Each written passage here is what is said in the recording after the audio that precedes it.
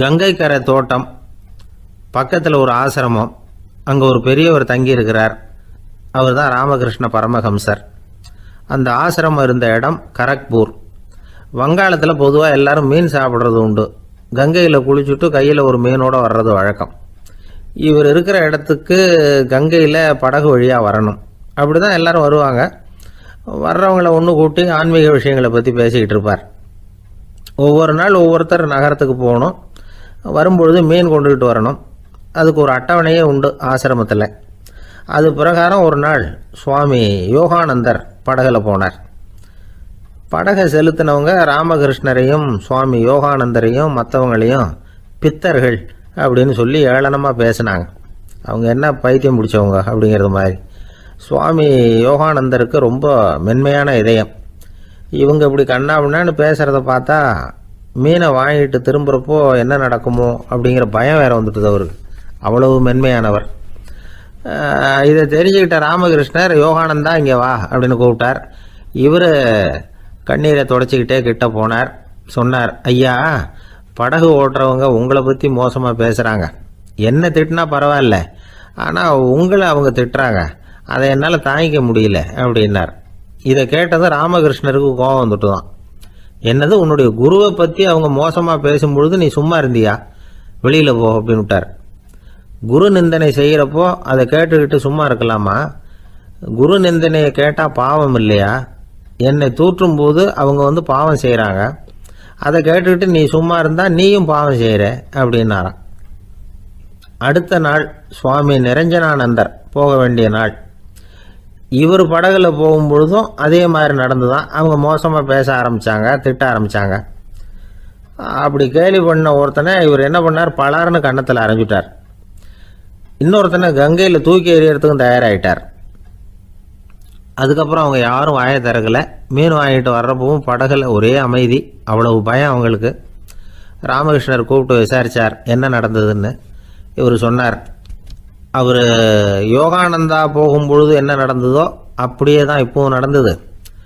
குரு நிந்தனை செய்கிறத கேட்டுக்கிட்டு நான் சும்மா இருப்பேனா? ஒருத்தனை அப்படியே அரைஞ்சுட்டேன், இன்னொருத்தனை ஆற்றுல தூக்கி போட்டுருவேன்னு பயமுறுத்தினேன், அவ்வளவுதான் அப்படின்னாராம். இப்போவும் ராமகிருஷ்ணருக்கு கோபம் வந்துட்டு தான். என்ன இது, அணியறது காஷாயம், இருக்கிறது ஆசிரமம், உனக்கு இவ்வளவு கோபம் வந்ததுன்னா அப்புறம் என்னத்துக்கு ஆசிரமத்தில் இருக்கணும்? பிரம்மச்சாரி எப்பவும் அமைதியாக இருக்கணும் அப்படின்னு அறிவுரை சொன்னாராம் ராமகிருஷ்ணர். அப்போ இவர் கேட்டாராம், ஏங்க அவருக்கு ஒரு விதமான அறிவுரை சொன்னீங்க, எனக்கு வேற விதமாக அறிவுரை சொல்கிறீங்க, இதில் எது உண்மை அப்படின்னு கேட்டிருக்கார். இதுக்கு ராமகிருஷ்ணர் சொன்ன பதில் என்னென்னா, அட அசடே, சக்கரத்தில் காற்று அதிகமாக இருந்தால் குறைக்கணும், குறைச்சலாக இருந்தால் கூட்டணும். அவன் சாது, அவனுக்கு அதிக உணர்ச்சி தேவை, உனக்கு படபடப்பு அதிகம், உனக்கு பொறுமை தேவை அப்படின்னாராம். இதில் உள்ள கருத்து என்னென்னா, கல்விங்கிறது எப்படின்னா அதை சூழ்நிலைக்கு தகுந்த மாதிரி கற்பிக்கணும். எல்லாருக்கும் ஒரே மாதிரி கற்பிக்கக்கூடாது. கேட்குற ஒரு தகுதி, புரிஞ்சுக்கிற திறமை, இதை பொறுத்து கல்வி அமையணும். ஆரம்ப காலத்தில் ஒரு குரு, அப்போ ஒரு சீடன் இருந்தான். அது வேடிக்கையான குரு, வேடிக்கையான சீடன். ஒரு ஆசிரமம். ஒரு நாள் ஒருத்தன் அவசரமாக அந்த குருவை தேடி வந்திருக்கிறான். என்ன விஷயம்னு விசாரித்தார் குரு. உங்கள் சீடர் என்னை அடிச்சுட்டார் அப்படின்னு புகார் பண்ணானா அந்த ஆள். குரு சீடனை கூப்பிட்டார். அடிச்சியா இந்த ஆளை அப்படின்னு கேட்டாராம். ஆமான் இருக்கான் சீடன். ஏன் அடிச்சே அப்படின்னு கேட்டாராம். இந்த ஆள் உங்களை பற்றி மட்டமாக பேசிவிட்டான், என்னால் அதை தாங்கிக்க முடியல, அதனால தான் அடிச்சுட்டேன்ருக்கான். அப்படி என்ன பேசினா அப்படின்னு கேட்டாராம். உன்னுடைய குருநாதர் இப்போல்லாம் அர்த்தமில்லாமல் பேச ஆரம்பிச்சுட்டார் அப்படின்னு சொல்லிவிட்டான், அதனால தான் அடிச்சுட்டேன் அப்படின்னு நானா. அதுக்காக அடித்தே அப்படின்னாராம். நான் அதுக்காக அடிக்கலை குருவே, இப்பெல்லாம் நீங்கள் அர்த்தமில்லாமல் பேசுகிறதாக அவன் சொல்கிறான் அப்படின்னா இதுவரைக்கும் நீங்கள் அர்த்தத்தோடு பேசினதாகத்தானே அர்த்தம், அது தப்பு தானே, அதனால தான் அடித்தேன் அப்படின்னு நானா. ஒரு பல்கலைக்கழகம், அங்கே ஒரு இலக்கிய பேராசிரியர், அவர் பாடம் நடத்திக்கிட்டு இருந்தார். ராபர்ட் ப்ரௌனிங் எழுதிய கவிதைகளை பற்றி சொல்லிகிட்டு இருக்கிறார். மாணவர்களும் ரொம்ப அக்கறையாக அதை கேட்டுக்கிட்டு இருக்கிறாங்க. ஒரு குறிப்பிட்ட கவிதையை பற்றி சொல்லும் பொழுது அந்த பேராசிரியருக்கு ஒரு சந்தேகம். அதாவது அந்த கவிதையின் சரியான அர்த்தம் என்னங்கிறதுல சந்தேகம். பேராசிரியர் யோசனை பண்ணார். அந்த கவிதையை முழுசாக புரிஞ்சிக்க முடியல. அதனால் மாணவர்களை பார்த்து சொன்னார், மாணவர்களே, ஒரு நாள் பொறுத்துங்க. இந்த கவிதையை எழுதின கவிஞர் எங்க வீட்டுக்கு பக்கத்துல தான் இருக்கிறாரு. இன்னைக்கு சாயந்தரம் நான் அவரை நேரிலேயே போய் பார்க்கறேன். பார்த்து இதுக்கு என்னங்க அர்த்தம்னு கேட்டுட்டு வந்துடுறேன். அதுக்கப்புறம் உங்ககிட்ட சொல்றேன் அப்படின்னாராம். அன்னைக்கு சாயந்தரமே இந்த பேராசிரியர் கவிஞரை தேடிட்டு போயிட்டார். கவிஞர் அவங்க வீட்டில் அவர் பாட்டு உட்காந்துருந்தாராம். இவர் போய் அவர் முன்னாடி உட்காந்தார். அப்புறம் கேட்டார், ஐயா, அந்த கவிதையின் முழு பொருள் என்னன்னு தெரிஞ்சுட்டு போறதுக்காக வந்திருக்கிறேன் அப்படின்னாராம். எந்த கவிதை அப்படின்னாராம் அவரு. இவர் அந்த கவிதையை சொல்லியிருக்கார். கவிஞர் கொஞ்சம் யோசனை பண்ணிவிட்டு அப்புறம் சொன்னாராம், பேராசிரியரே, நீங்க கொஞ்சம் தாமதமா வந்துட்டீங்கன்னாராம். இவருக்கு ஒன்றும் புரியல. நீங்க என்ன சொல்றீங்க? நான் தாமதமா வந்துட்டேன்னா? நீங்க தான் உயிரோடு இருக்கிறீங்களே, அப்படி இருக்கும்பொழுது நான் தாமதமா வந்துட்டேன்னா அது எப்படி அப்படின்னு இவர் குழம்பி இருக்கிறார். இப்ப கவிஞர் சொன்னாராம், ஐயா, நான் உயிரோட இருக்கிறேனா இல்லையாங்கிறது முக்கியம் இல்லை. நான் அந்த கவிதை வரிகளை எழுதினப்போ 2 பேருக்கு அதோட அர்த்தம் தெரிஞ்சிருந்தது. இப்போ ஒரே ஒருத்தருக்கு தான் அதோட அர்த்தம் தெரியும் அப்படின்னாராம். பேராசிரியர் யோசனை பண்ணியிருக்கார். அப்படின்னா அந்த ஒருத்தர் கவிஞர் ராபர்ட் பிரவுனிங்கை தவிர வேற யாரா இருக்க முடியும்? இவர் தான் அப்படிங்கிறத அவர் மனசுல நினைச்சுக்கிட்டார். அதனால சொன்னார், ஐயா, நான் தாமதமா வரல, அந்த கவிதையின் பொருள் என்ன அது சொல்லுங்கன்னார். பேராசிரியரே, நான் சொல்றது உங்களுக்கு புரியலன்னு நினைக்கிறேன். நான் இந்த வரிகளை எழுதினப்போ 2 பேருக்கு அதோட அர்த்தம் தெரிஞ்சிருந்தது. அந்த 2 பேர் யாருன்னா, ஒருத்தர் ராபர்ட் பிரவுனிங், அதாவது நான், இன்னொருத்தர் கடவுள். இப்போ அது கடவுளுக்கு மட்டும்தான் தெரியும். நானே இதை பத்தி பல தடவை யோசனை பண்ணி பார்த்தேன். இது ரொம்ப அழகானது, ஆனாலும் ரொம்ப வழுக்கலானது. அதை பிடிச்சிட்டோம்னு நினைச்சிட்டு இருக்கும் பொழுதே காத்து மாதிரி அது உங்ககிட்ட இருந்து ஓடி போயிடுது. எனக்கு ரொம்ப வருத்தமா தான் இருக்குது. நிச்சயமா நான் தான் இந்த வரிகளை எழுதியிருக்கிறேன். அதுல அர்த்தம் இருக்குங்கிறது எனக்கு தெரியும். அதை நான் உணர்றேன். ஆனா நீங்க என்ன மன்னிக்கணும். எனக்கே கூட அதை என்னால விளக்க முடியல. அப்படி இருக்கும் பொழுது உங்களுக்கு எப்படி அதை நான் விளக்க முடியும் அப்படின்னாரா அந்த கவிஞர். அனுபவிக்கப்படக்கூடிய எல்லாமே விளக்கப்படக்கூடிய ஒன்றல்ல, விளக்கப்படும் எல்லாமே அனுபவிக்கப்படக்கூடிய ஒன்றல்ல அப்படிங்கிறது ஞானிகளுடைய கருத்து. அதுக்காக தான் அந்த சம்பவம். வாழ்க்கையில நீங்கள் தொடர்ந்து ஆய்வு செய்து கொண்டே இருக்கக்கூடிய விளக்கங்களை ஒருபோதும் அடைய முடியாத பரிமாணங்கள் இருக்கிறதுனால தான் அது அலுப்பு தட்டாம இருக்குது. உங்களால நிறைய அனுபவிக்க முடியும். இருந்தாலும் நீங்கள் அனுபவித்து அறிந்த விஷயங்கள் கூட வார்த்தைகளால விளக்கப்பட முடிவதில்லை அப்படிங்கிறது பெரியோர் சிந்தனை. இதெல்லாம் ஒரு பக்கம் இருக்கட்டும்.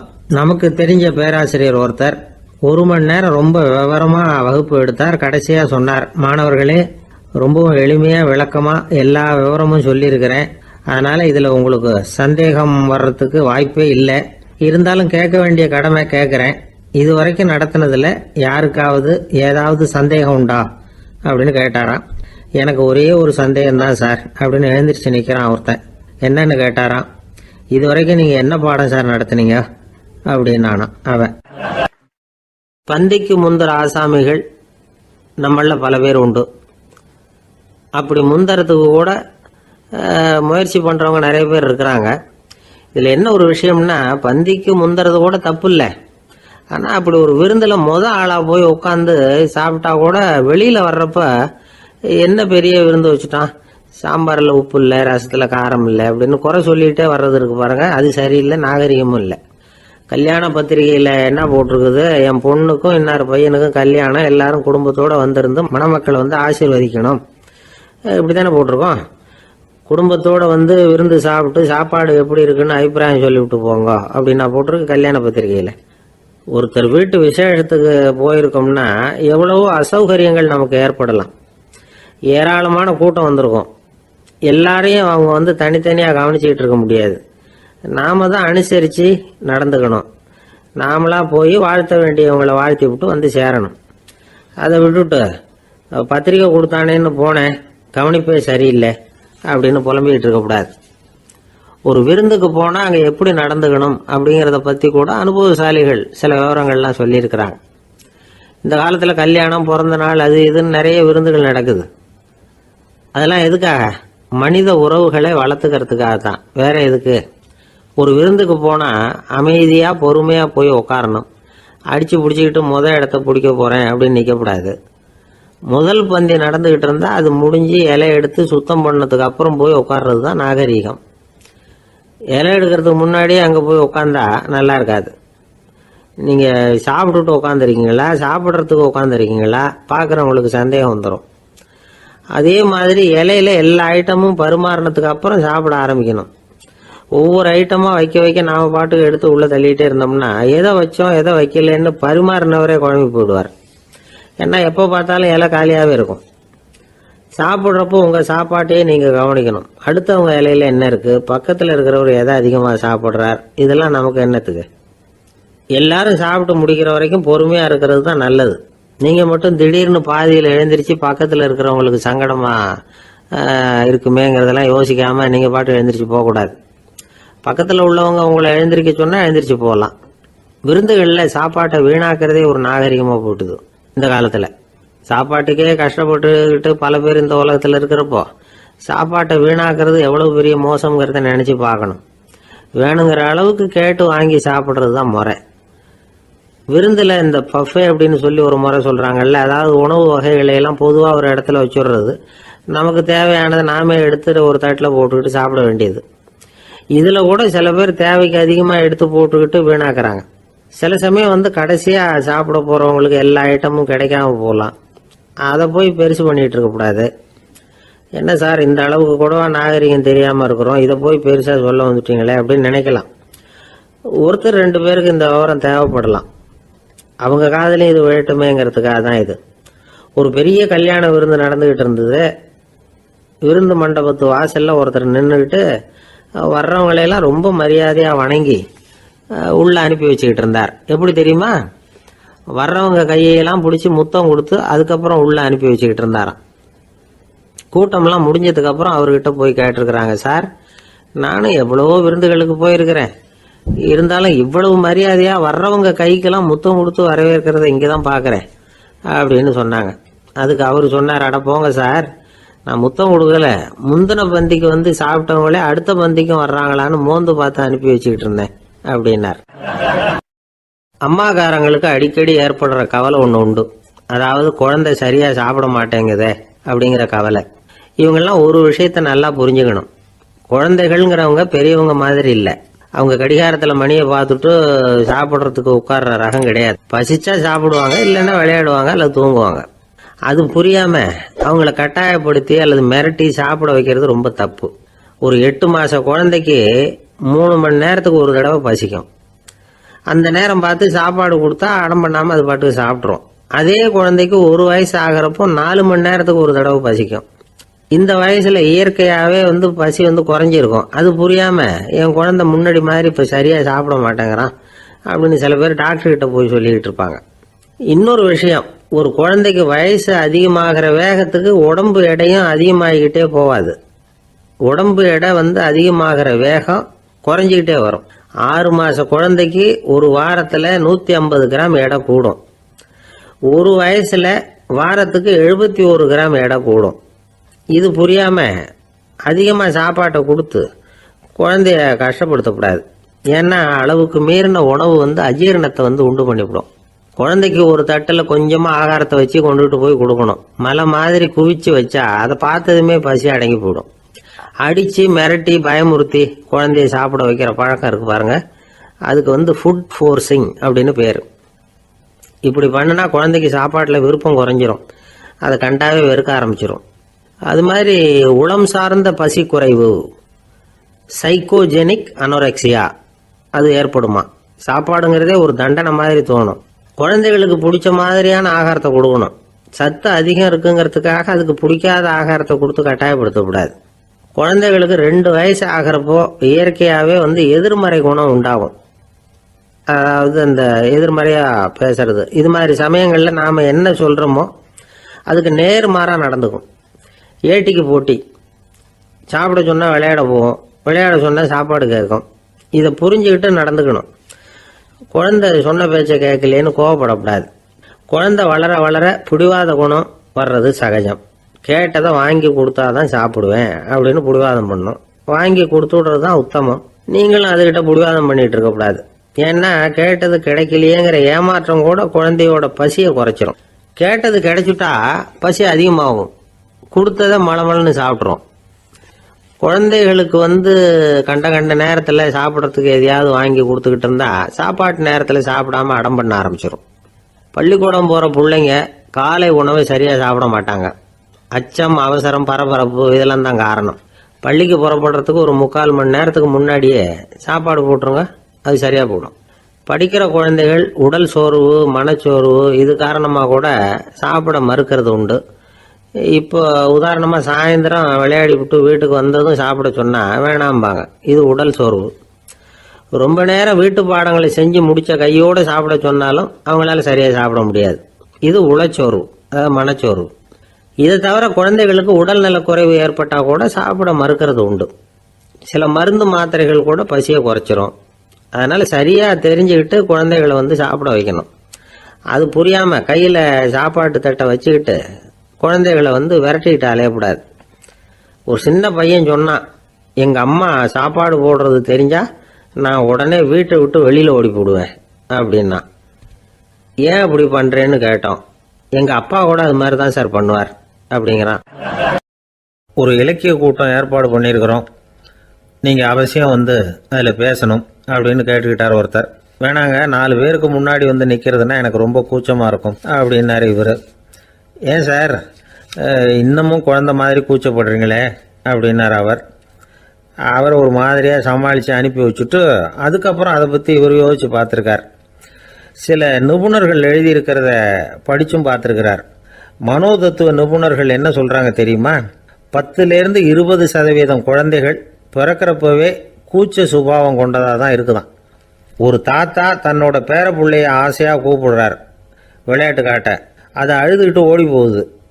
ஒரு அம்மா தன்னோட பிள்ளைய பள்ளிக்கூடத்தில் சேர்க்கறதுக்காக கூப்பிட்டுக்கிட்டு போகிறாங்க. அந்த புள்ள அம்மாவோட முந்தானையில் ஒளிஞ்சிக்கிட்டு வெளியில் வரமாட்டேங்குது. இவங்களெல்லாம் எப்படி சமாளிக்கிறது? குழந்தைகளோட கூச்ச சுபாவத்தை போக்குறது எப்படி? இதுக்கு நிபுணர்கள் சில யோசனைகளை சொல்லியிருக்கிறாங்க. மற்றவங்களுக்கு முன்னாடி என் பையனுக்கு கூச்சம் ரொம்ப அதிகம் சார், மற்றவங்க பார்த்தா ரொம்ப வெக்கப்படுறான், இப்படி சொல்கிற அப்பாக்கள் உண்டு. என் பையன் புது மனுஷால பார்த்தா அட்டையாக ஒட்டிக்குவான் சார் அப்படின்னு சொல்கிற அப்பாக்களும் உண்டு. இப்படிலாம் குழந்தைகளுக்கு முத்திரை குத்துறது ரொம்ப தப்பான். புதுசாக யாராவது வீட்டுக்கு வந்தால் குழந்தை தானாக தன்னோட கூச்சத்தையும் பயத்தையும் போக்கிக்கிட்டு சகஜமாக மாறி வர்றதுக்கு வாய்ப்பு கொடுக்கணுமா. ஒரு கூட்டத்துக்கோ அல்லது சொந்தக்காரங்க கல்யாணத்துக்கோ குழந்தைய அழைச்சிட்டு போகிறீங்க, அங்கே போய் கட்டாயப்படுத்தி குழந்தைய மற்றவங்க கிட்ட பேச சொல்லக்கூடாது. சில சமயம் குழந்தை தானாக தன்னுடைய கூச்ச சுபாவத்தை விட்டு பேசுறதுக்கு முன் வந்தால் அதை பாராட்டணும். குழந்தை கலகலப்பு இல்லாமல் மௌனமாக இருந்ததுன்னா அதையும் கண்டுக்கக்கூடாது. குழந்தை பேச ஆரம்பித்தா அதை ஆர்வத்தோடு கவனிக்க தெரியணும். கலந்து உரையாடுற பழக்கத்தை வீட்லேயே ஆரம்பிக்கலாம். கேட்டதுக்கு பதில் சொல் அப்படின்னு நீங்கள் அதிகாரம் பண்ணிகிட்டு இருக்கக்கூடாது. அது குழந்தைக்கு பேசுகிற சந்தர்ப்பத்தை குறைச்சிருமா. இப்போ நாம் அதிகாரம் பண்ணால் கேலி செய்கிற பழக்கம் குழந்தைகளை ரொம்ப பாதிச்சிருமா. பெரியவங்களானதுக்கு அப்புறமும் சில பேர் கூச்சத்தோடவும் பயத்தோடவும் இருக்கிறதுக்கு இதுதான் காரணம். சின்ன வயசில் அவங்கெல்லாம் ஏதாவது கேலிக்கு ஆளாகி இருப்பாங்க. 2வது குழந்தை மூத்த குழந்தைய கேலிக்கு ஆளாகிற சந்தர்ப்பங்களை கண்டு கேலி பண்ணினா அது இளம் நெஞ்சங்களை விட்டு நீங்கிறதே இல்லையா. எப்பவும் குழந்தையோட நடை உடை பாவனைகளை பற்றி சொல்லிக்கிட்டே இருக்கக்கூடாதான். அதுவே கூச்ச சுபாவத்தை கொண்டுட்டு வந்துடுமா. அப்பா எங்கேன்னு யாராவது கேட்டால் இது மாதிரி இன்ன காரியத்துக்காக வெளியில் போயிருக்கார், இத்தனை மணிக்கு திரும்பி வருவார் அப்படின்னு சொல்கிற அளவுக்கு குழந்தைகளை பழக்கப்படுத்தி வைக்கணும். ஃபோன்லேயே யாராவது விசாரித்தா கூட இது மாதிரி பதில் சொல்லு அப்படின்னு சொல்லணும். சின்ன சின்ன மீட்டிங்கில் 4 வார்த்தை பேச தயார் பண்ணலாம். ஒரு கடையிலையோ அல்லது ஹோட்டல்லையோ ஏதாவது விவரம் கேட்கணும்னா உங்கள் குழந்தைய தைரியமாக அனுப்புங்க. குழந்தைகள் பணிவாகவும் பொறுமையாகவும் விவரம் கேட்குறப்போ கூச்ச சுபாவம் தானாக போயிடும். சின்ன வயசுலேயே இப்படிலாம் பழக்கப்படுத்தினா தான் வருங்காலத்தில் தைரியமாக இந்த சமுதாயத்தில் வாழ முடியும். இல்லைன்னா 60 வயசுலேயும் அடுப்பங்கரையை விட்டு வெளில வர்றதுக்கு கூச்சப்பட்டுக்கிட்டு தான் இருக்க வேண்டியிருக்கும். இந்த காலத்து பிள்ளைங்க எவ்வளவோ பரவாயில்ல, எதுக்கும் தயங்குறதில்ல, கூச்சப்படுறதில்ல.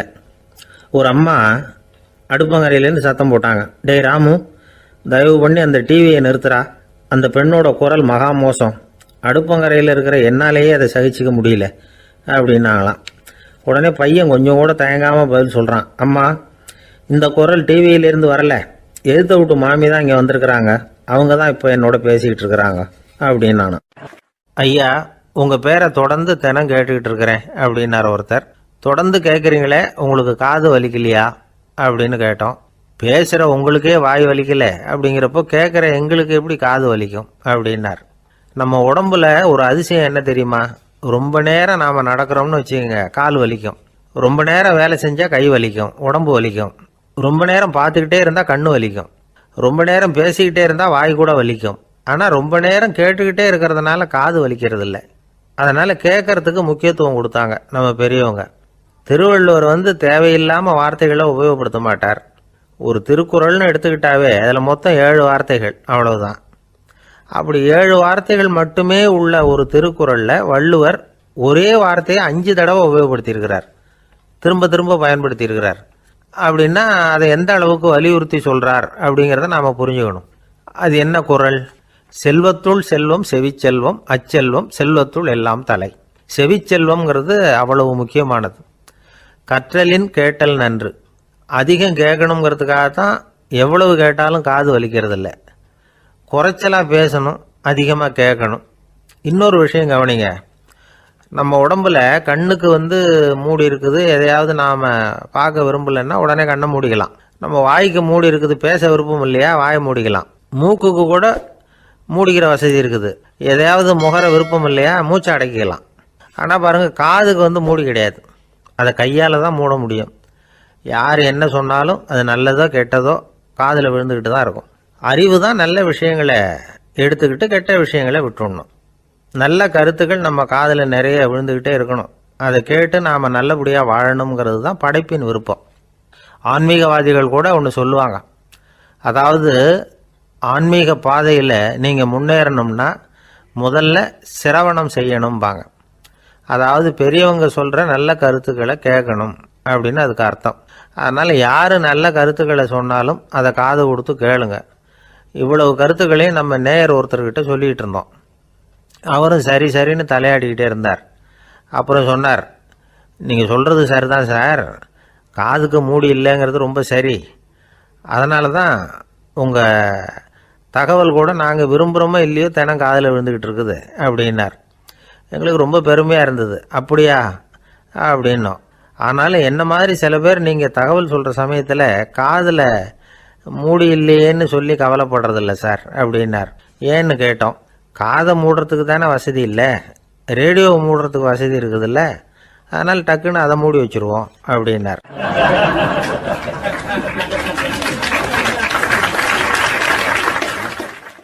வங்க நாவலாசிரியர் சரத் சந்திரர் ஒரு நண்பர் அவர்கிட்ட வந்தார். வழக்கமாக எல்லா எழுத்தாளர்கள்கிட்டையும் கேட்குற ஒரு கேள்வியை கேட்டார். நீங்கள் எழுத்துத்துறைக்கு வந்தது எப்படி? இதுதான் கேள்வி. அதை தெரிஞ்சு என்ன பிரயோஜனம்னார் சரத் சந்திரர். சும்மா சொல்லுங்களேன், தெரிஞ்சுக்கிறேன் அப்படின்னார் வந்தவர். சரி சொல்கிறேன்னு ஆரம்பித்தார். நான் ரங்கூனில் வேலை பார்த்துக்கிட்டு இருந்தேன். சம்பளம் பத்தில், வேலையும் பார்த்துக்கிட்டு ஒரு பலசரக்கு கடை வைக்கலாம்னு நினச்சேன். என்னால் மளிகை கடை வச்சு சரியாக நடத்த முடியுமாங்கிற சந்தேகம் என் மனைவிக்கு. அதை சோதனை பண்ணி பார்க்கணுங்கிறதுக்காக சில பொருள்களின் அளவு, அதோட விலை, இப்படி சிலதை சொல்லி எல்லாத்தையும் மனக்கணக்காக கூட்டி போட சொன்னாங்க. என்னால் சரியாக கூட்டி சொல்ல முடியல. உங்களால் மளிகை கடை நடத்த முடியாதுன்னு சொல்லிவிட்டாங்க. உடனே என்ன பண்ணுறது, வேறு வழி இல்லை, கதை எழுத ஆரம்பிச்சிட்டேன் அப்படின்னார்.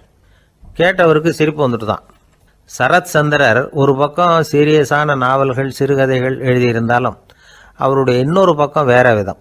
நண்பர்கள்கிட்ட பேசும்பொழுதும் சரி, அவர்களுக்கு கடிதங்கள் எழுதும்போதும் சரி, கேலியும் கிண்டலும் நகைச்சுவை உணர்வும் அதிகமாக இருக்கும். காந்திஜி ஒரு சமயம் கல்கத்தாவுக்கு வந்திருந்தார். தேசபக்தர்கள் பல பேர் அவர்கிட்ட பேசிக்கிட்டு இருந்தாங்க. அப்போது சரத் சந்திரரும் அங்கே இருந்தார். கிரண் சங்கர் ராய் அப்படிங்கிறவரும் அங்கே இருந்தார். அவர் சொன்னாராம், காந்திஜியோட பழகிய முதல் வங்காளி நான் தான். போயர் யுத்த காலத்தில் இவர் லண்டனுக்கு வந்திருந்தப்போ என்கிட்ட தான் வங்காள மொழி கற்றுக்கிட்டார் அப்படின்னாராம். உடனே சரத் சந்திரர் காந்திஜியை பார்த்து, இவர் உங்களுக்கு வங்காள மொழி கற்றுக் கொடுத்தது உண்மைதானா அப்படின்னாராம். ஆமான்னாராம் காந்தி. அதனால தான் உங்களால் வங்காள மொழி கற்றுக்க முடியல அப்படின்னாராம். எல்லாரும் சிரிச்சாங்களாம். சரத் சந்திரர் சாம்தாபேர் அப்படிங்கிற கிராமத்தில் தங்கியிருந்தார் ஒரு இலக்கிய நிகழ்ச்சியில் கலந்துக்கிறதுக்காக. அதுக்காக ஒரு கல்கத்தாவுக்கு போக வேண்டிய சூழ்நிலை. அதுக்காக புறப்பட்டார். அந்த சமயத்தில் பின்னாடி இருந்து யாரோ அவரை கூப்பிட்டாங்க. இப்படி கூப்பிட்டவரை பார்த்து இன்னொருத்தர் யாரோ அதட்டி இருக்கிறாங்க. போகிறவரை ஏன் இப்படி கூப்பிடுறீங்க, அப்படின்னு. ஏன் கூப்பிட்டா என்னன்னு கேட்டிருக்கார் சரத்சந்திரர். புறப்படுறவங்கள பின்னாடி இருந்து கூப்பிடுறது அபசகுனம், போகிற இடத்துல ஏதாவது ஆபத்து வரலாம் அப்படின்னு அதுக்கு விளக்கம் கொடுத்துருக்கிறார் அவர். உடனே சரத்சந்திரர் சொன்னாராம், இதோ இவங்க என்ன இலக்கிய கூட்டத்துக்கு அழைச்சிட்டு போகிறாங்களே, இதை விட வேற என்ன ஆபத்து வந்துட போகுது அப்படின்னாராம். இப்படி சரத்சந்திரருக்கு இயல்பாகவே நகைச்சுவை உணர்வு உண்டு. அவருடைய நண்பர் ஒருத்தர் வீட்டுக்கு கூப்பிட்டுருந்தார். அங்கே ஒரு கச்சேரிக்கு ஏற்பாடு பண்ணியிருந்தாங்க. சரத்சந்திரருக்கு இயல்பாகவே கச்சேரியில் நீண்ட ஆலோசனையெல்லாம் கேட்கறதுக்கு பொறுமை இருக்காது. அதனால் மெதுவாக பாட போகிறவர் எப்படி அப்படின்னு கேட்டிருக்கார். அவருக்கு ரொம்ப நல்லா பாட தெரியும் அப்படின்னு சொல்லியிருக்கிறாங்க. அதுக்கு சரத்சந்திரர், பாட தெரியுங்கிறது சரி, பாட்டை நிறுத்த தெரியுமா அதை சொல்லுங்க முதல்ல அப்படின்னாராம். தேசத்து மேலேயும் தாய்மொழி பேர்லையும் செலுத்துற அன்புக்கு அபிமானம்னு பேர். தேசாபிமானம்னு சொல்றமே இதுதான். ஒரு கணவன் மனைவி பேர்ல காட்டுற அன்புக்கு காதல்னு பேரு. கடவுள் பேர்ல செலுத்துற அன்புக்கு பக்தின்னு பேரு. இப்படி அன்புல பல ரகம் இருக்கிறப்போ அதுல உள்ள வித்தியாசம் தெரியாம இடம் மாத்தி அன்பு காட்டினா இடைஞ்சல் தான். சரி, இந்த அன்பை பத்தி விஞ்ஞானம் என்ன சொல்லுது தெரியுமா? இதயத்தை பாதுகாக்கிறதுக்கு முக்கியமா தேவைப்படுற ஒண்ணு இந்த அன்பு தான் சொல்லுது. நெதர்லாந்து விஞ்ஞானிகள் இதை ஆராய்ச்சி பண்ணியே கண்டுபிடிச்சிருக்கிறாங்க. கொஞ்சம் முயல் குட்டிகளை 2 பிரிவா பிரிச்சாங்க. 2 குரூப்புக்கும் கொழுப்பு அதிகமா உள்ள ஆகாரத்தையே கொடுத்துக்கிட்டு வந்தாங்க. ஆனா ஒரு குரூப்புக்கு வெறுமன ஆகாரத்தை கொடுத்ததோட சரி, இன்னொரு குரூப் முயல்களுக்கு ஆகாரம் கொடுத்ததோட நிறுத்திக்கல. அதுக்கு முன்னாடி கூண்டுகளை திறந்து விட்டு முயல்களை கொஞ்ச நேரம் எடுத்து கொஞ்சி விட்டு அதுக்கப்புறமா ஆகாரம் கொடுத்தாராம் ஆராய்ச்சியாளர். இந்த குரூப்புக்கு இதய பாதிப்பு 60% குறைச்சலா இருந்துதான். சில நோயாளிகளுக்கு ஹார்ட் அட்டாக் வந்தாலும் அதை தாங்கிக்கிட்டு குணமாகிற சக்தி அதிகமா இருக்குது. இது எப்படின்னு ஆராய்ச்சி பண்ணி பார்த்துருக்கிறாங்க. அவங்கெல்லாம் மனைவி தன் பேர்ல ரொம்ப அன்பா இருக்கிறதாக நினைக்கிறவங்களா இருக்கிறாங்களாம். இதய நோயாளிகள் பல பேரை சந்திச்சு இதய நோய் ஏற்பட என்ன காரணம்னு கேட்டிருக்கிறாங்க. அவங்க சொன்ன காரணம்லாம் சாப்பாடு சம்பந்தமா இல்லையா, மனைவி அன்பா இல்ல, இப்படிப்பட்ட காரணத்தை தான் சொல்றாங்களாம். அதனால இதயத்தை பாதுகாக்கணும்னு நினைக்கிறவங்க அடுத்தவங்க அன்பா இருக்கிறது மாதிரி பாத்துக்குங்க, அதுதான் முக்கியம். ஒருத்தர் முகம் பூரா பிளாஸ்டரி போட்டுட்டு வந்தார். ரொம்ப கோபமா, என்னங்க ஆச்சுன்னு விசாரிச்சேன். எல்லாம் உங்களால தான் சார்னார். விவரமா சொல்லுங்களேன். என்ன, உங்க தகவலை கேட்டுட்டு ஒரு பூனைக்குட்டியை கையில எடுத்தேன், அன்பா அதை தடவி கொடுக்கறதுக்காக. ஆனா அது முந்திக்கிட்டது, அது என் முகத்தை தடவி கொடுத்துட்டுது, முகம் பூரா நகை கீறல், அதுதான் இப்படி அப்படின்னார்.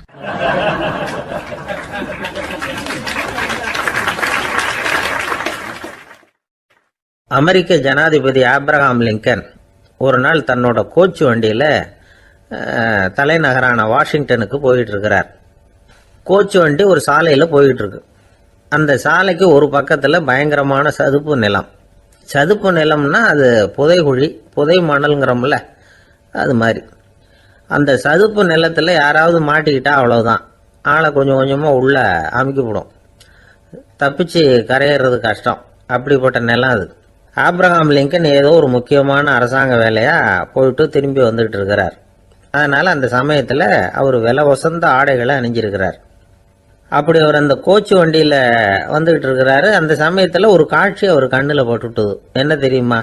ரோட்டுக்கு பக்கத்துல இருந்த சதுப்பு நிலத்துல ஒரு இளம் பன்றி குட்டி சிக்கிக்கிட்டு தவிச்சுக்கிட்டு இருக்குது, பரிதாபமா கத்திக்கிட்டு இருக்குது. அதை பார்த்தார் லிங்கன். அவருக்கு என்ன மாதிரி ஆயிட்டுது. உடனே வண்டியை நிறுத்த சொன்னார். கீழே இறங்கினார். தன்னோட விலை வசந்த ஆடைகளை பத்தி லட்சியம் பண்ணவே இல்லை. தனக்கே ஆபத்து வரலாம்ங்கிறத பத்தியும் கவலைப்படல. தான் ஒரு குடியரசுத் தலைவருங்கிறத பத்தியும் அவர் நினைச்சு பார்க்கல. நேரா அந்த சதுப்பு நிலம் பக்கமா போனாரு. அந்த சேத்துல இறங்கி பன்றிக்குட்டியை காப்பாத்தி கரைக்கு கொண்டுட்டு வந்து சேர்த்துட்டார். அதுக்கப்புறம் நிம்மதியா கோச்சு வண்டியில ஏறி வெள்ள மாளிகைக்கு வந்து சேர்ந்தார். ட்ரெஸ், உடம்பு பூரா சேரு சகதி. பாக்குறவங்களுக்கெல்லாம் ஆச்சரியமா போச்சு. அவங்களுக்கு ஒன்றும் புரியல. இவர் நேரா ட்ரெஸ்ஸு மாத்திக்கிறதுக்காக போனாரு. கோச்சு வண்டி ஓட்டிட்டு வந்தவன் கிட்ட போய் எல்லாரும் கேட்டாங்க என்ன ஆச்சு அப்படின்னு. அவர் வர்ற வழியில நடந்த விவரத்தை சொன்னார். ஆப்ரஹாம் லிங்கனுடைய இந்த இறக்க குணத்தை எல்லாரும் பாராட்டினாங்களாம், புகழ்ந்தாங்களாம். ஆனா இதுக்கு லிங்கன் என்ன பதில் சொன்னார் தெரியுமா? தயவு பண்ணி இந்த புகழ்ச்சியான பேச்சையெல்லாம் ஒதுக்குங்க, அதெல்லாம் வேணாம். அந்த சின்ன பிராணி சகதியில் மாட்டிக்கிட்டு துடிச்சிக்கிட்டு இருந்தது. அதை பார்த்தேன். உடனே என்னுடைய இதயத்தில் ஒரு முள்ளு தைச்சது மாதிரி ஒரு உணர்வு. அந்த முள்ளை பிடுங்கி எறிஞ்சேன், அவ்வளவுதான். உண்மையில் அந்த பிராணிக்கு நான் உதவினேங்கிறத விட எனக்கு ஏற்பட்ட இன்னலை போக்கிக்கிட்டேன் அப்படிங்கிறது தான் உண்மை. அதுதான் பொருத்தம். அப்படி இருக்கிறப்போ இதில் புகழறதுக்கு என்ன இருக்குது அப்படின்னாரு ஆபிரகாம் லிங்கன். எவ்வளவு யதார்த்தமான வார்த்தைகள் பாருங்க. இந்த காலத்தில் நம்மளையும் பல பேர் அப்படி உண்டு. நீச்சல் தெரியாத ஒரு ஆள் தண்ணியில் இறங்கிட்டான். தண்ணி ஆழம்ங்கிறது அப்புறமா தான் தெரிஞ்சுது. தத்தளிக்க ஆரம்பிச்சுட்டான். வாழ்னு கத்துறான். கரையில் நின்றுட்டு இருந்த ஒருத்தர் இதை பார்த்தார். உடனே அவருக்கு இதயத்தில் முள்ளு தைச்சது மாதிரி ஒரு உணர்வு. உடனே குபீர்னு தண்ணியில் பாஞ்சார். அவரை காப்பாற்றி கரைக்கு கொண்டுட்டு வந்து சேர்த்தார். இதை பார்த்துக்கிட்டு இருந்த இன்னொருத்தர் காப்பாற்றின அந்த ஆளை பாராட்டி புகழ்ந்தார். என்ன புகழாதீங்க சார் அப்படின்னார் அவர். ஏன்னு கேட்டார் இவர். நான் அந்த ஆளை ஏன் காப்பாற்றினேன் தெரியுமா? அவன் நேற்றுக்கு என்கிட்ட 300 ரூபா கடன் வாங்கியிருக்கிறான். இவன் தண்ணியில் போட்டான்னா நான் கொடுத்த கடனும் தண்ணியில் போடும்.